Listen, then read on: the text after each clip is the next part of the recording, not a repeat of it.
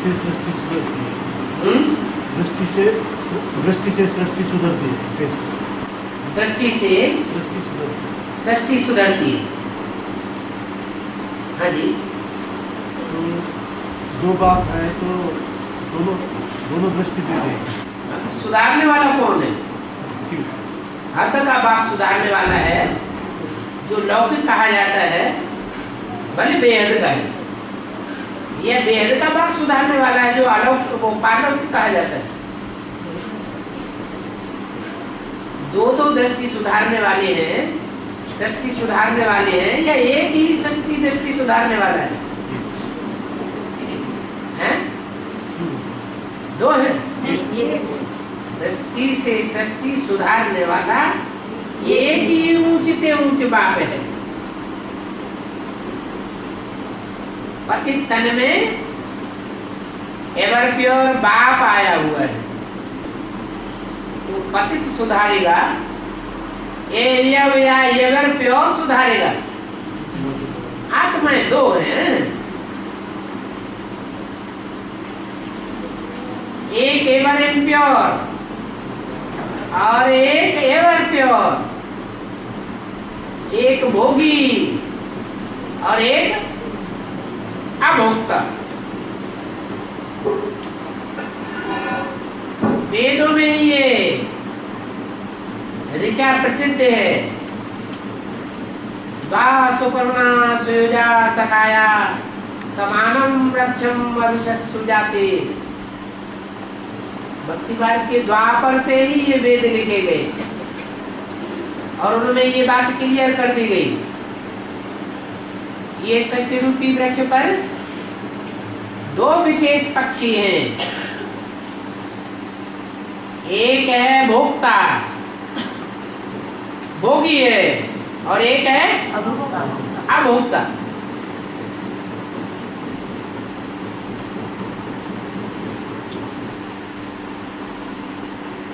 तो सुधारने वाला कौन है? अभोक्ता ही सुधारने वाला है। लेकिन जब तक भोक्ता में प्रवेश न करे तब तक सुधार नहीं हो सकता। अभी भी कहते हैं एक का सुधार तो सब का सुधार हो जाता है। दिल्ली का परिवर्तन सारी दुनिया का परिवर्तन, दिल्ली का सुधार सारे भारत का सुधार हो जाता है। इसका मतलब दिल्ली आधार है, साकार है, जगत की माता है, माताओं को सबने नीचे गिराया है।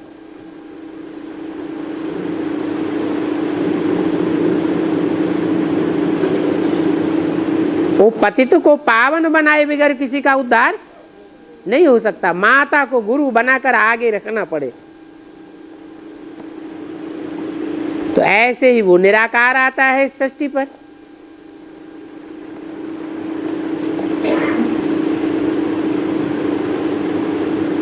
उसको भी आधार चाहिए, 5 तत्वों का पुतला चाहिए। प्रकृति को अधीन बनाकर आता हूं।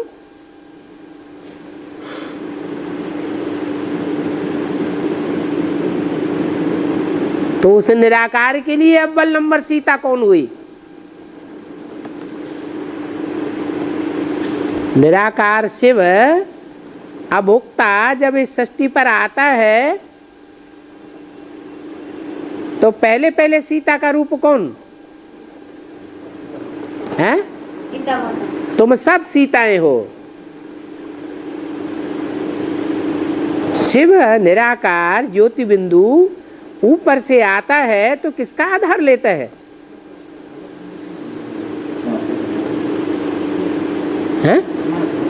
प्रजापिता ब्रह्मा का आधार लेता है ना। जिनका आधार लेता है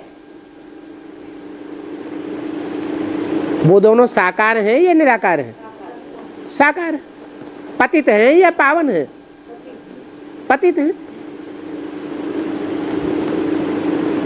और माना प्रवृत्ति जरूर चाहिए।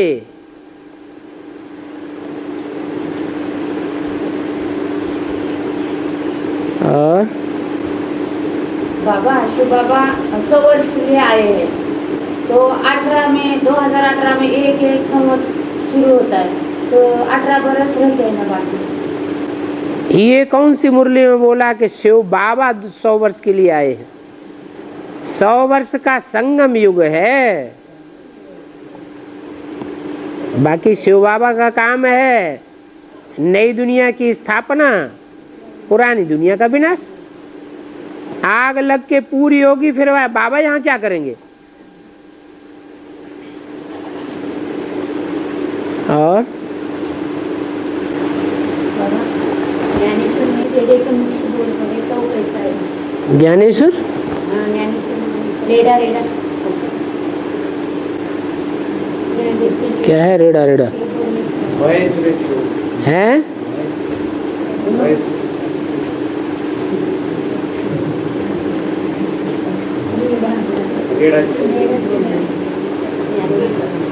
भैंसा क्या भैंसा?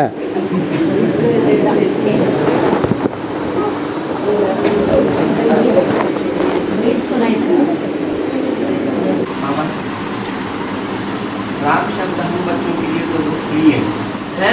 राम शब्द हम बच्चों के लिए अति प्रिय है, अति प्रिय है। लेकिन हिंदी में कुछ ऐसी कहावतें बनी है जिन कहावतों में राम शब्द का प्रयोग है और वो अच्छी रीति नहीं है। जैसे कि मुँह में राम बगल में छुरी, राम नाम जपना। तो ये खराब बात थोड़ी हुई, मुंह में राम बगल में छुरी। ऐसी कहावतें क्यों? ये तो बताया कि दुनिया में ऐसे भी लोग हैं जिनके मुख में राम राम निकलता रहता है, लेकिन बगल में माने उनके हृदय में छुरी रखी हुई है कि घात कर दें। दूसरा देखे कि ये तो बड़ा भक्त है आदमी, और दूसरा तो भक्त समझे, और हमको मौका लगे तो हम पार कर दें। भगवान भी आते हैं, राम संसार में प्रत्यक्ष होते हैं, तो दोनों बातों का ज्ञान देते हैं। अंदर क्या होना चाहिए और बाहर क्या होना चाहिए, अंदर क्या है और बाहर क्या है, ये भी पहचान देते हैं ताकि धोखा न हो जाए। नहीं तो ज्ञानी किसको कहा जाएगा? धोखा खाने वाले को ज्ञानी कहा जाएगा? नहीं।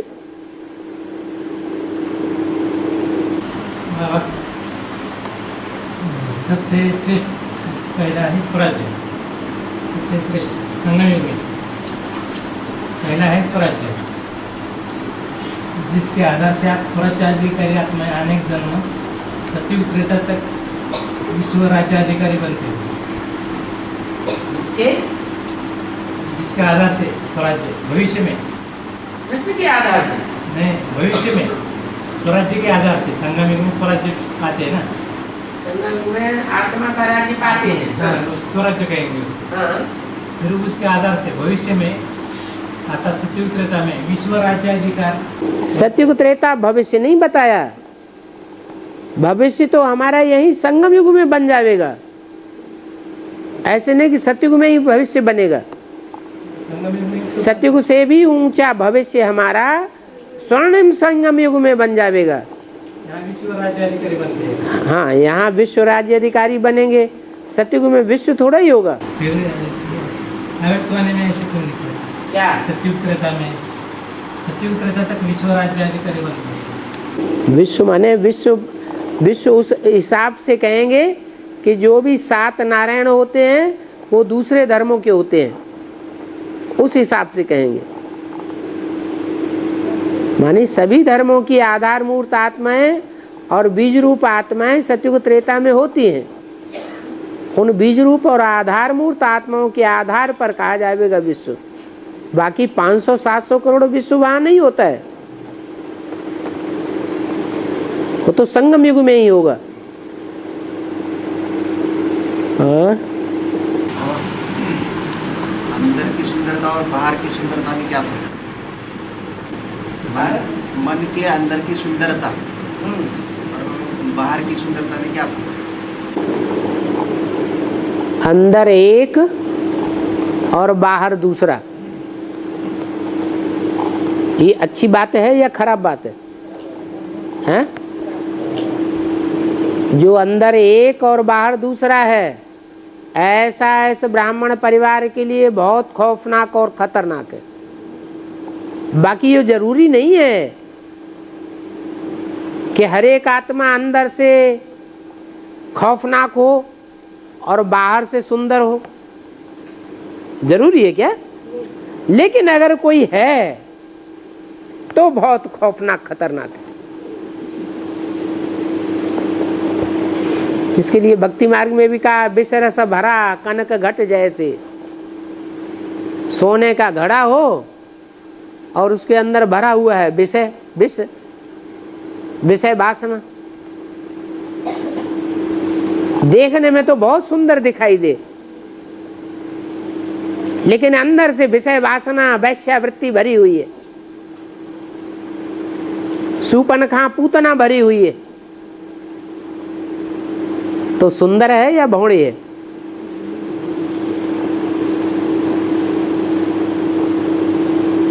बाकी ऐसा जरूर है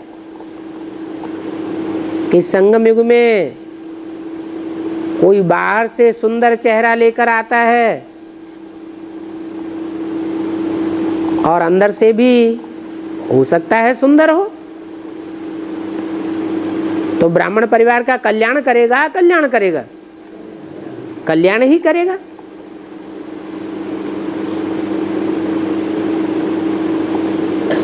बड़े बड़े विद्वानों ने भी, जो अनुभवी विद्वान हुए हैं, अपने जीवन के अनुभव के आधार पर लिखा है कि मनुष्य की बाहरी आकृति मन की एक प्रतिकृति होती है।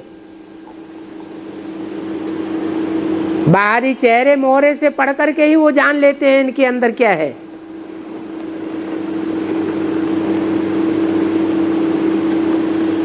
लेकिन सबका चेहरा एक समान नहीं होता है। सूपनखा या पूतना का जो चरित्र दिखाते हैं, वो चेहरा सदैव एक जैसा रहता है, या कभी राक्षसी का चेहरा बन जाता है और कभी सुंदरी का चेहरा बन जाता है, हैं? कभी राक्षसी का चेहरा बन जाता है और कभी सुंदरी का रूप धारण कर लेती है। एक जैसा रूप नहीं रहता है। होना चाहिए क्या? सदैव एक जैसा रहे।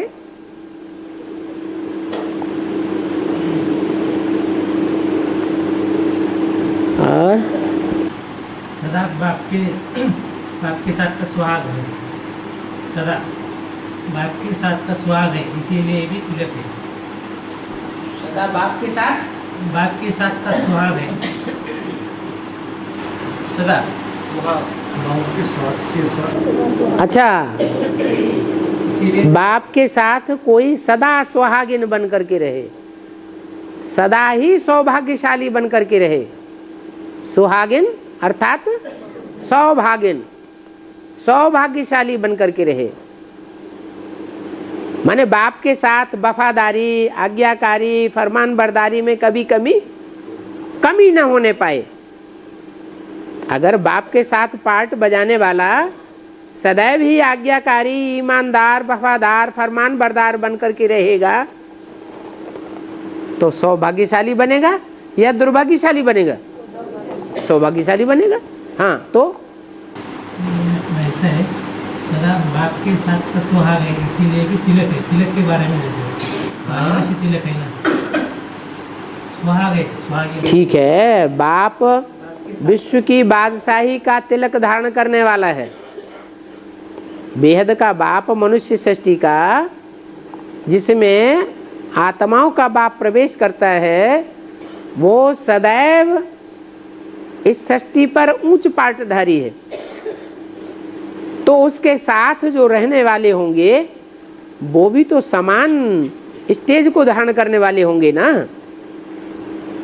विश्व की बादशाही का तिलक धारण करने वाला बाप है, आत्मिक स्मृति का तिलक धारण करने वाला बाप है। तो जो संगी साथी होंगे उन पर संग का रंग नहीं चढ़ेगा, चढ़ेगा? हाँ,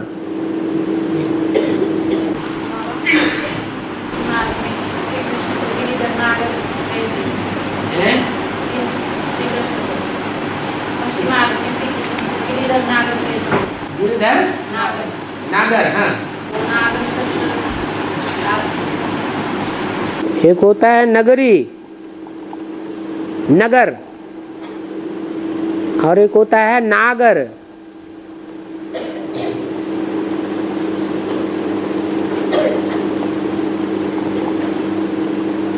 गांव उतना लुभावना नहीं होता है, छोटा रूप होता है, और नगर बड़ा रूप होता है, ज्यादा लुभावना होता है। इसलिए आज गांवों से जनसंख्या उड़ उड़ करके कहां पहुंच रही है? नगरों में पहुंच रही है।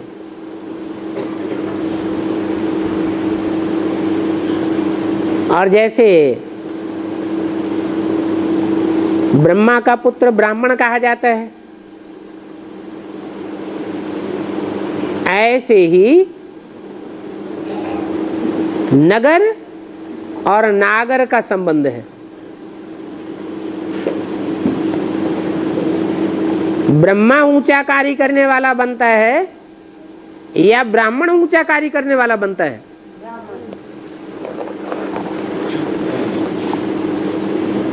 ऊंचा कौन बन जाता है? कहते हैं बाप से बच्चा सवाया बन जाता है। तो ऐसे ही नागर, नागरी,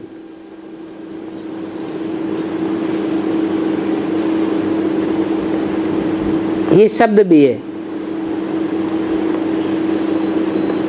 और गिरधर नागर, पहाड़ को, गिर माने पहाड़, धर माने धारण करने वाला। कौन से पहाड़ को धारण करने वाला? कौन सा पहाड़ है जिसको धारण कर लिया और उनको गायन हो गया? गौवर्धन, 16,000 गौओं को बढ़ाने वाला पहाड़। जहां 16,000 गौओं की वृद्धि हुई, ऐसे पहाड़ को धारण कर लिया तो कितना सुंदर दिखाई पड़ता होगा। इसलिए नाम पड़ा है गिरधर नागर। श्री कृष्ण संगमयुगी कृष्ण की बात है, न सतयुग के कृष्ण की बात है, और न दादा लेखराज ब्रह्मा की बात है। दादा लेखराज ब्रह्मा ने भी कितनों की पालना की? 300-400 की पालना की।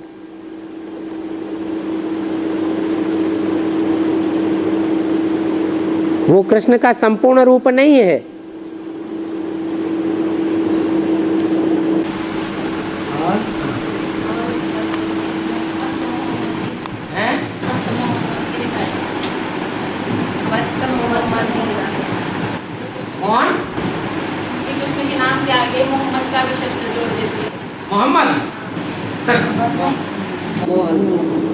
मोहन जोड़ते हैं, ऐसा बोलते हैं ना, मस्त मोहम्मद गिरधारी।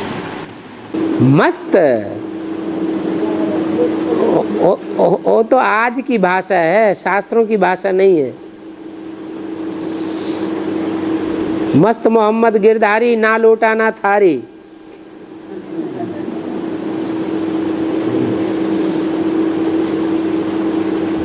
जिसके मुंह में निराकारी स्टेज का मद भरा हुआ हो, माने चेहरा रूहानियत से भरा पूरा हो,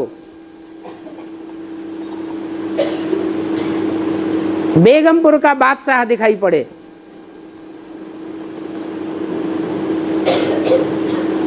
उसको किसी की दरकार नहीं। उसके लिए बोला है मस्त मोहम्मद गिरधारी।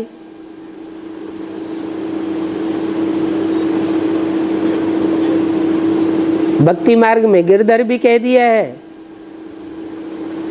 और भक्ति मार्ग में शंकर को भी मस्त लंगोटिया दिखाते हैं।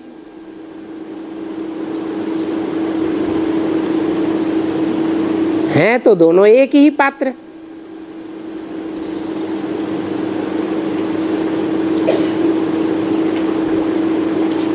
एक ही पर्सनालिटी है। भला आत्माएं दो दो काम करती हैं, तीन तीन काम करती हैं, लेकिन बाहर से देखने में तो एक ही आता है।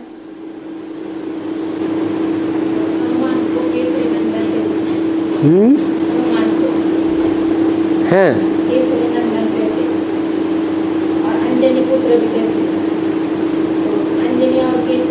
केसरी कहा जाता है शेर को।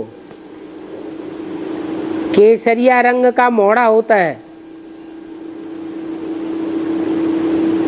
शेर के जो बाल होते हैं मुखड़े के, वो कैसे रंग के होते हैं?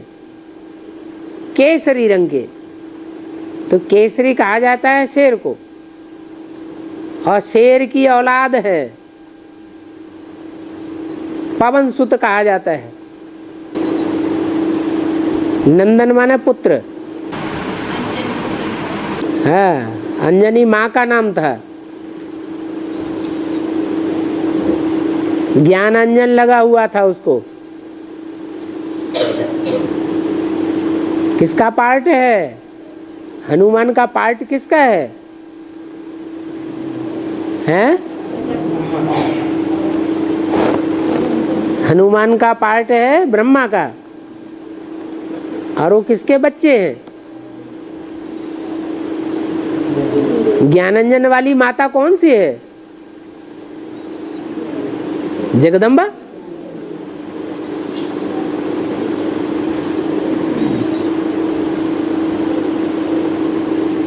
हाँ,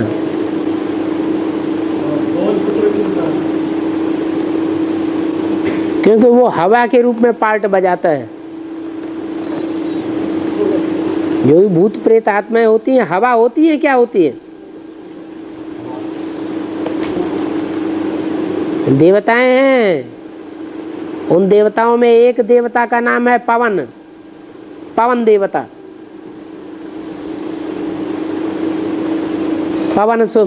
पवन तनय बल पवन सवाना।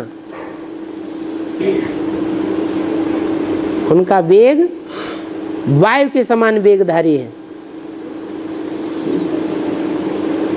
जैसा बाप वैसा बच्चा।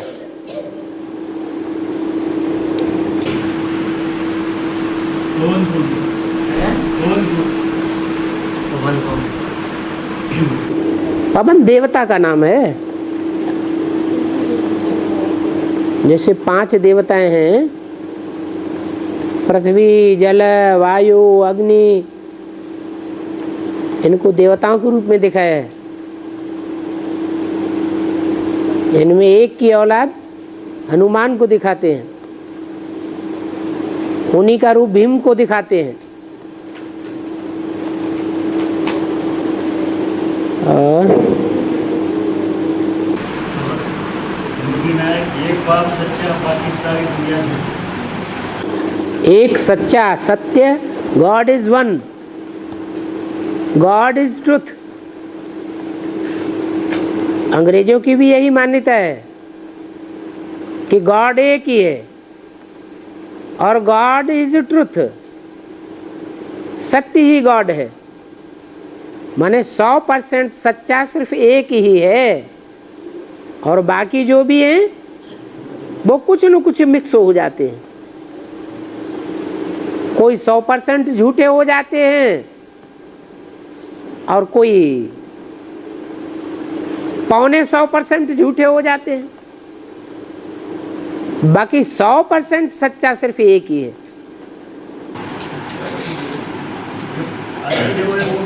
राम जन्म में धोखा है?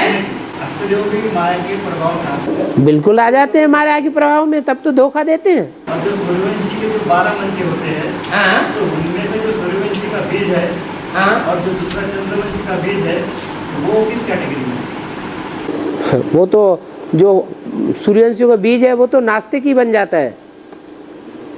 भारत इस समय पूरा नास्तिक है। मुरली में क्यों बोला ऐसा? उसको तो किसी के ऊपर श्रद्धा नहीं रहती, सब भ्रष्टाचारी है, एक भी सच्चा नहीं है। जब तक परमपिता परमात्मा से भी धरापन आ जाए, और उसके आते ही सबसे पहले पहचान उसे होती है, और कोई इतनी जल्दी पहचान होती भी नहीं। और प्रैक्टिकल में अगर सत्य एक न रहा होता तो लक्ष्मी नारायण का इतना गायन है, फिर सत्यनारायण अकेले की कथा क्यों गाई जाती है? सत्य लक्ष्मी की भी कथा गाई जानी चाहिए, लेकिन नहीं, लक्ष्मी भी सत्य नहीं है।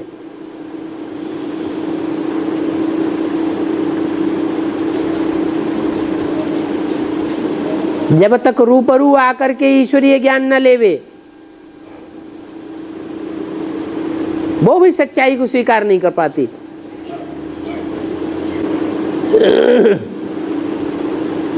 इसलिए सीढ़ी के चित्र में अंत में सभी देवियों के लिए डूबी जा डूबी जा डूबी जा दिखाया गया है। ऐसे नहीं कि जगदम्बा के लिए ही दिखाया गया है, 9 दुर्गाओं के लिए दिखाया गया है।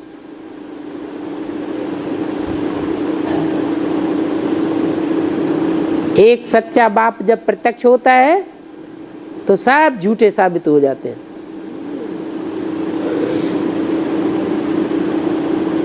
जब गुप्त है तो सब अपने अपने को सच्चा साबित करते हैं। सच्ची गीता झूठी गीता कहते हैं। हाँ, जो 2 मन के है सूर्यवंशी के, उसको कहते हैं सच्ची गीता झूठी गीता। सत्य बाप प्रत्यक्ष होता है तो सच्ची गीता भी प्रत्यक्ष होती है। लेकिन सच्ची गीता भी रचना है या रचयिता है? वो भी रचना है।